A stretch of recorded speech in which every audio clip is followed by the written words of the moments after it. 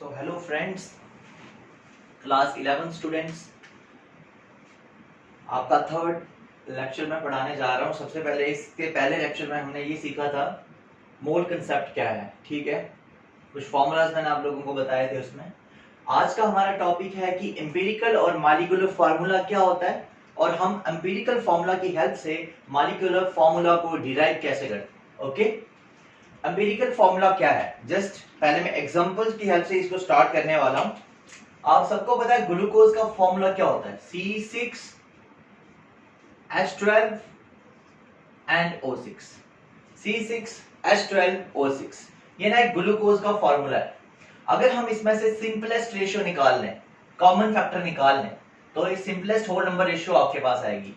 तो क्या आएगी वो 1 to 1, मतलब 6 1 जा 6, 6 2 जा 12 एंड 6 1 जा 1 to 1। तो फॉर्मूला क्या बन गया, C1H2 एंड O1, और आप इसको ऐसे भी लिख सकते हो CH2 एंड O। जो आपने पहले फॉर्मूला लिखा था वो फॉर्मूला आपको ग्लूकोज का एक्चुअल फॉर्मूला बता रहा था, ठीक है, जिसमें आपको पता चल रहा था कि एक्चुअल नंबर ऑफ एटम्स हैं कितने इस कंपाउंड में। और ये वाला फॉर्मूला आप लोगों को बता रहा है कि सिंपलेस्ट होल नंबर रेशियो क्या है एटम्स की। तो इस फॉर्मूला को हम बोलते हैं एम्पिरिकल फॉर्मूला और इस फॉर्मूला को हम बोलते हैं मॉलिक्यूलर फॉर्मूला। तो मॉलिक्यूलर फॉर्मूला क्या होता है, जो एक्चुअल नंबर ऑफ एटम्स बताता है कंपाउंड्स में, कि एक्चुअल नंबर ऑफ एटम क्या है, एक्चुअल फॉर्मूला क्या है। और एम्पिरिकल फॉर्मूला आपको जस्ट क्या बताता है, मैंने यहाँ पे एम्पिरिकल फॉर्मूला की डेफिनेशन लिखी हुई है।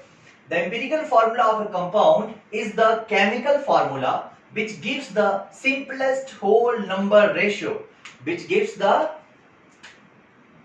simplest whole number ratio of the atom of various element in one molecule of the compound। मतलब जो simplest whole number ratio बताता है फॉर्मूला, उसको empirical formula बोलते हैं, और जो actual number of atoms बताता है उसको हम molecular formula बोलते हैं। तो molecular formula की definition क्या रहेगी, इसी को देख के आप लिख सकते हैं molecular formula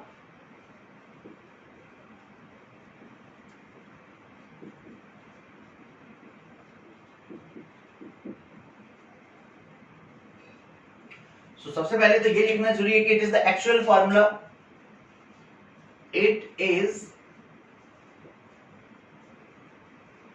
actual formula of compound, it is the actual formula of compound which gives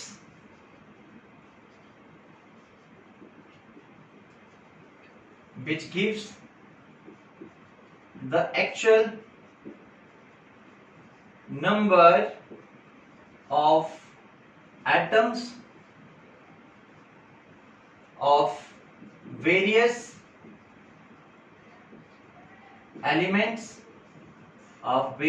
elements present in one molecule of the compound, in one molecule of the compound। ठीक है बेटी, तो ये आपका एम्पिरिकल फॉर्मूला हो गया molecular formula. चलो कुछ एग्जांपल्स बताता हूं अभी मैं आपको। जैसे एग्जांपल्स देखेंगे, यहां पे लिखते हैं एम्पिरिकल फॉर्मूला और यहां लिखते हैं उसका मॉलिक्यूलर फॉर्मूला। सबसे पहले C6H12O6 ये एक फॉर्मूला है। इसका एम्पिरिकल फॉर्मूला क्या आएगा, जो सिंपलेस्ट रेशियो होगी, दैट इज CH2O, और मॉलिक्यूलर फॉर्मूला तो वही है C6H12O6। और एग्जांपल्स लेते हैं C2H5 and OH, it is ethanol, ये इथेनॉल है, अल्कोहल।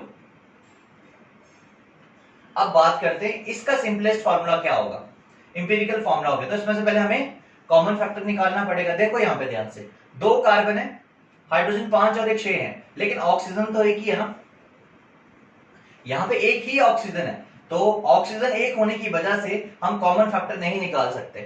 तो अगर निकालेंगे तो क्या निकालेंगे, 2 से 1, हाइड्रोजन 6 है 3, लेकिन ऑक्सीजन तो एक ही है ना, कॉमन फैक्टर नहीं निकल सकता, तो इसका एम्पिरिकल फॉर्मूला भी यही होगा और मॉलिक्यूलर फॉर्मूला भी यही होगा।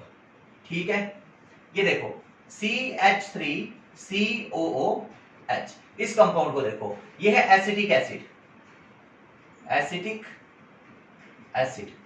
अब इस कंपाउंड में आपके पास 2 कार्बन है, मतलब इस फॉर्मूला को आप ऐसे भी लिख सकते हैं C2 3 and 1 4 हाइड्रोजन H4 और 2 ऑक्सीजन O2। तो यहां से आप कॉमन फैक्टर निकाल सकते हो 1 2 1। फॉर्मूला क्या बना CH2O। अरे ये तो वही फॉर्मूला आ गया। इसका मतलब किन्हीं 2 कंपाउंड्स का इंपीरिकल फॉर्मूला सेम हो सकता है। इसका मतलब ये भी है कि इंपीरिकल फॉर्मूला की हेल्प से हम कंपाउंड का पता नहीं लगा सकते, उसके लिए हमें मॉलिक्यूलर फॉर्मूला निकालना पड़ेगा।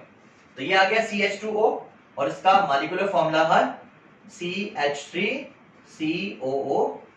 चलो मैं आपसे पूछता हूं, वाटर है, इसका इंपीरिकल फॉर्मूला क्या है? क्या इसमें से कोई कॉमन फैक्टर निकल सकता है? नहीं निकल सकता। इसका मतलब इसका इंपीरिकल फॉर्मूला और मॉलिक्यूलर फॉर्मूला सेम। तो ये भी जान सकते हैं आप, यहां से 2 चीजें पता चल गई, क्या क्या, कि इंपीरिकल फॉर्मूला और मॉलिक्यूलर फॉर्मूला सेम भी हो सकते हैं। ठीक है, वो सेम कब होगी? जब कॉमन फैक्टर कुछ भी नहीं निकलेगा उसमें से।